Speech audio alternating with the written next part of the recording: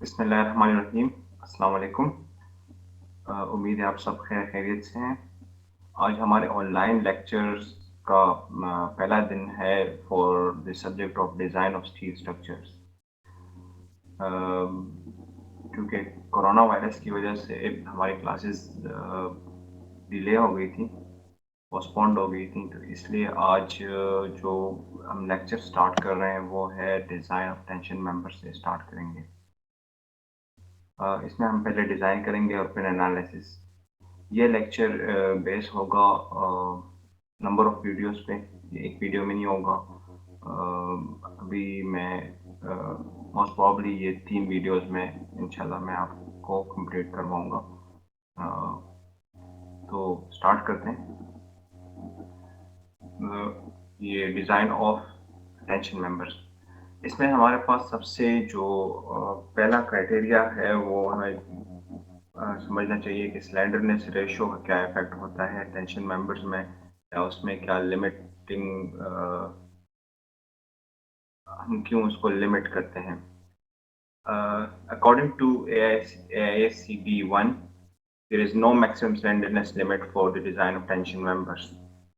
Even though stability is not a criteria in the design of tension members, it is preferable to limit their length in order to prevent a member from becoming too flexible, both during erection and final use of structure.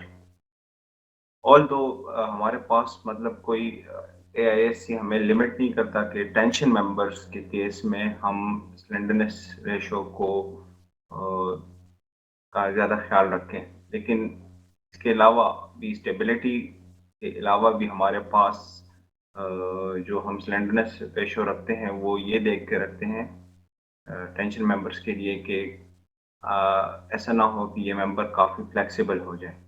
Two main factors controlling slenderness ratio of tension members are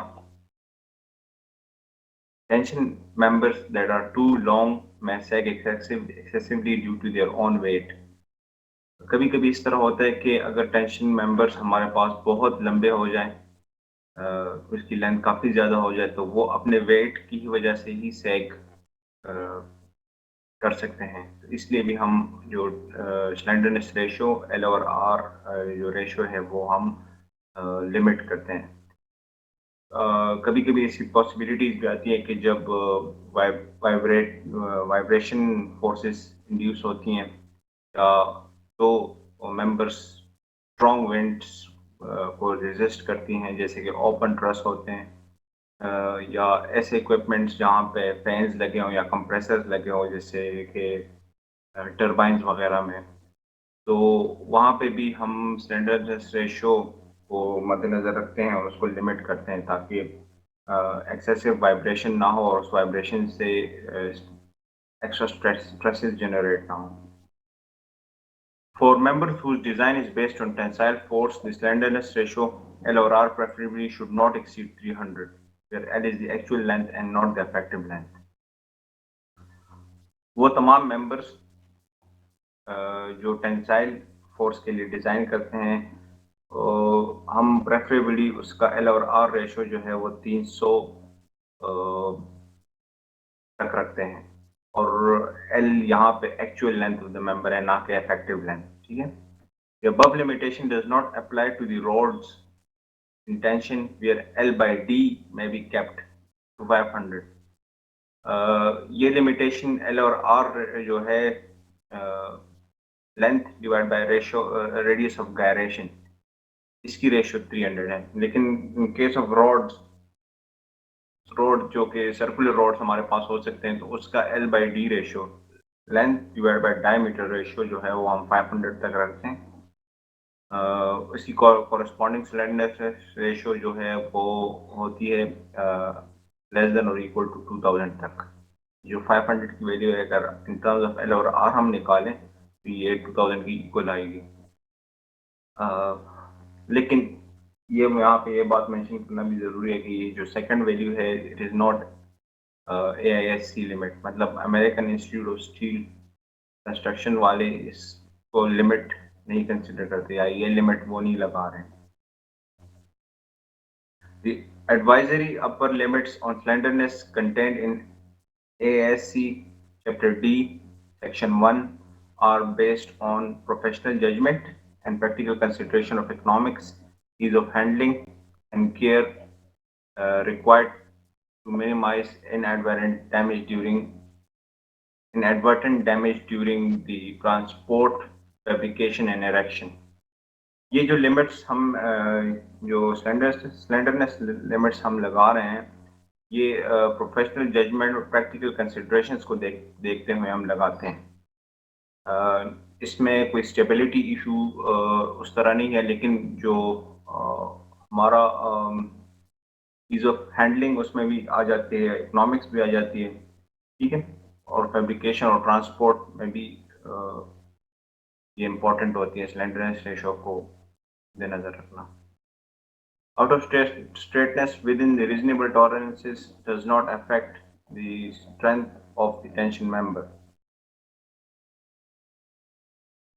अगर कोई member टेढ़ा हो, out of straightness हो, मतलब straight ना हो, अगर वो रीजनेबल टॉलरेंसेस में हो, मतलब बहुत ज़्यादा टेढ़ा ना हो, तो वो उसका इफेक्ट स्ट्रेंथ पे ज़्यादा इफेक्ट नहीं पड़ता, तो वो मेंबर्स भी हम यूज़ कर सकते हैं। लेकिन यहाँ पे ये बात मद्देनजर रखनी चाहिए कि टॉलरेंसेस लिमिट हमारे पास कितनी है। अच्छा, इन दी अबव रेफरेंस, जो अभी हम ऊपर रेफरेंस पढ़ रहे थे, AISC means that the specification is given by American Institute of Steel Construction. D is the chapter number and 1 is the article number. जब हम ये वाला रेफरेंस खोलेंगे तो हम American Institute of Steel construction की किताब है वो हमारे पास, हम उसमें जाएंगे, चैप्टर डी में जाएंगे और उस चैप्टर डी में फिर आर्टिकल नंबर 1 पढ़ेंगे, तो उसमें हमारे ये सारी लिमिट्स डिफाइन की गई हैं। अच्छा, डिज़ाइन ऑफ टेंशन मेंबर से पहले हम थोड़ा सा ये टॉपिक भी पढ़ लेते हैं कि design for repeated loading fatigue strength क्या चीज़ है। रिपीटेड लोडिंग और अनलोडिंग से होता क्या है? रिपीटेड लोडिंग और अनलोडिंग से होता है कि जो हमारा स्ट्रक्चर है वो कमज़ोर हो जाता है।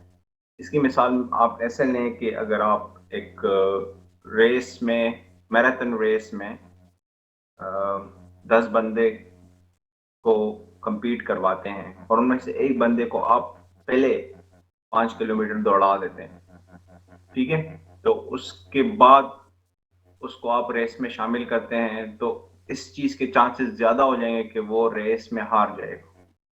तो इसी तरह स्टील स्ट्रक्चर भी, टेंशन मेंबर भी, अगर रिपीटेड लोडिंग और अनलोडिंग हम उस पर कर रहे हो तो बाज़ औक़ात ऐसा होता है कि it may result in failure at a stress level less than the yield stress.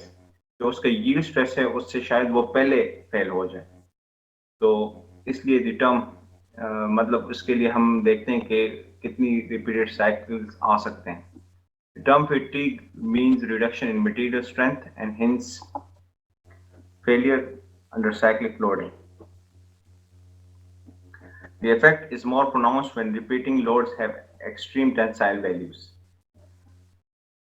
इसका मतलब ये हुआ कि अगर हमारे पास टेंसाइल की जो हम लोड एप्लीकेशंस हैं वो बार बार आ रही हैं और टेंसाइल एक्सट्रीम्स पे जा रही हैं, मतलब टेंसाइल वैल्यूज जो है वो एक्सट्रीम पे जा रही हैं, तो उससे ज़्यादा नुकसान का खतरा होता है। The fatigue strength is mainly governed by 3 variables: the number of cycles of loading, the presence and initial size of any macroscopic discontinuities, flaws within the metal structure, and the range of variation of the service load